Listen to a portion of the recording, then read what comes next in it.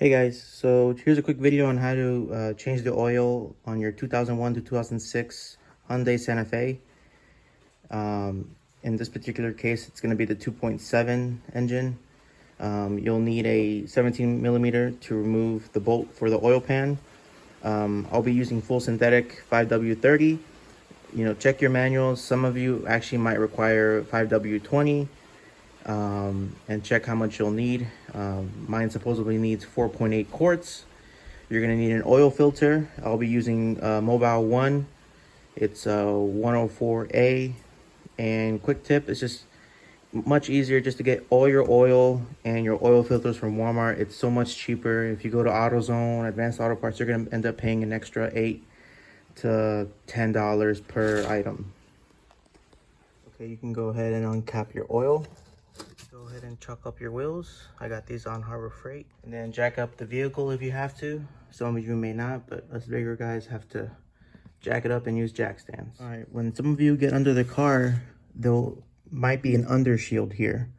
You're gonna have to remove about 8 to 10 bolts. I think they're 10 millimeter. Mine originally broke, so I no longer have an undershield. So be sure to remove that before oil change. So your oil filter will be here. So we're looking at the front of the vehicle. It'll be on the passenger side. And then if you go a little bit further, here's your oil pan. More down there is where we'll remove the bolt. Okay, so you'll go ahead and remove this bolt. It's a 17 millimeter.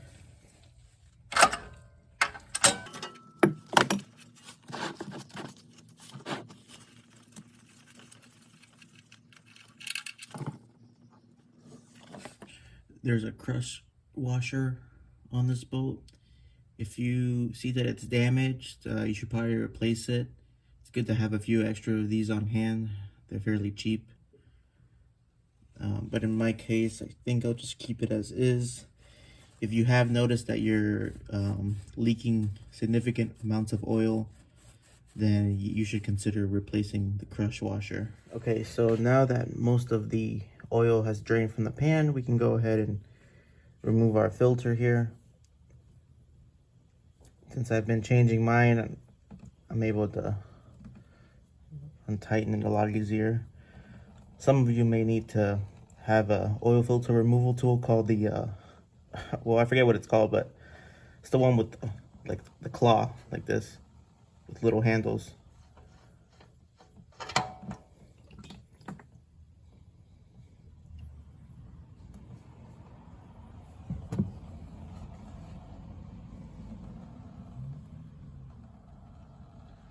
So we're gonna go ahead and let that drain for a few more minutes. All right, so we got our new filter ready. I usually like to use Mobile 1 M1 104A for this particular model. If you can, go ahead and lube up here the gasket seal. If you want to pre-fill a little bit of oil in here, that's up to you.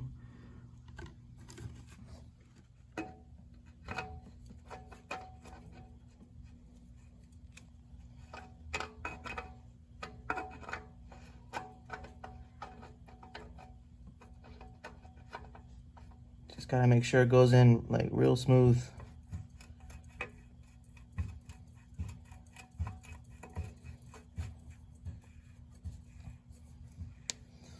And again, you don't want to over tighten this. Just a good hand tightening is good enough.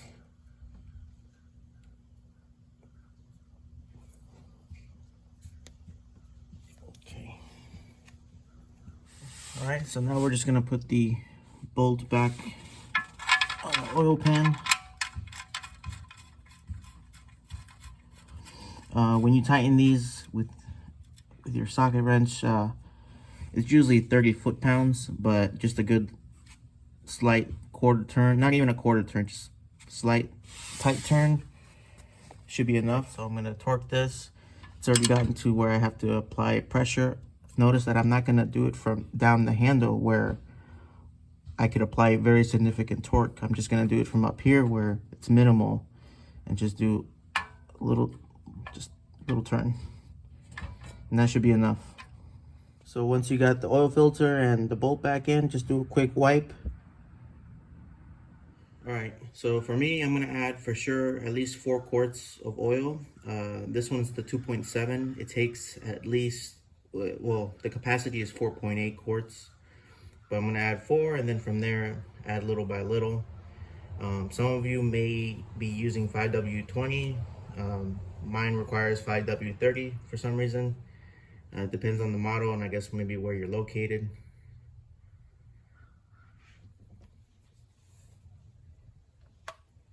Okay, so once you've filled up with oil to the right capacity that you need, just go ahead and check for leaks first, and then turn on your vehicle, run it for a bit, and then check the dipstick.